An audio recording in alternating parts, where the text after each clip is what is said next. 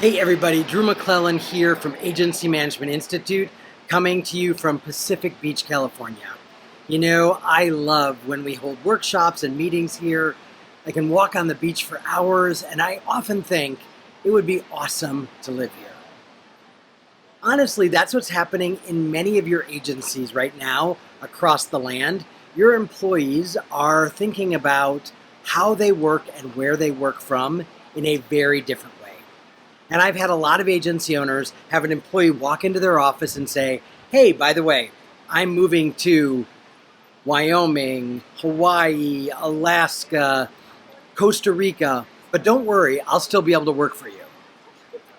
One of the things that many agency owners are not thinking about, either when they're hiring someone off the bat who lives in a different part of the world, or when they are allowing an employee to dictate where they live and that they're going to keep working for you, is, especially here in the States, there are some very specific rules and taxes that you have to be thinking about before that's going to work. So the minute you have an employee, you hire someone who lives in a different state, or you have an employee move to a different state, you have to register your business with several different departments of that state.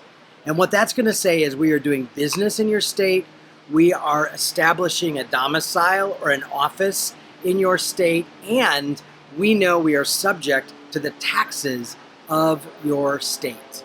There is a litany of things that you need to do to stay in legal compliance if you're going to hire someone from another state, or you're going to have an employee that you already have on your roster move to a different state and keep working for you.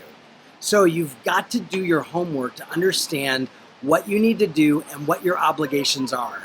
There are several states that are very, let's call it not business friendly when it comes to taxation around employees living in their state, even if you have no clients or no business in that state.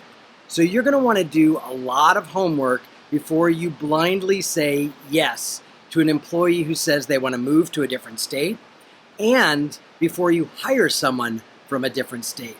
For many employers, when they do the math, no matter how amazing that employee may be or is, the numbers just don't add up. So what you want to do is you really do need to do your homework before you hire someone from a different state, or before you allow an employee to maintain their employment after they have moved to a different state. Because in some cases, and I've seen this with several agencies where we work with, no matter how great the employee is, the numbers just don't work, and you need to part ways with that person, or you need to try and find someone who either works closer to you in your state, or perhaps in a state that is more business friendly when it comes to taxation. All right? So I'm not saying don't do it, but I am saying do it with an informed point of view. Do your homework. I'll be back next week. Thanks.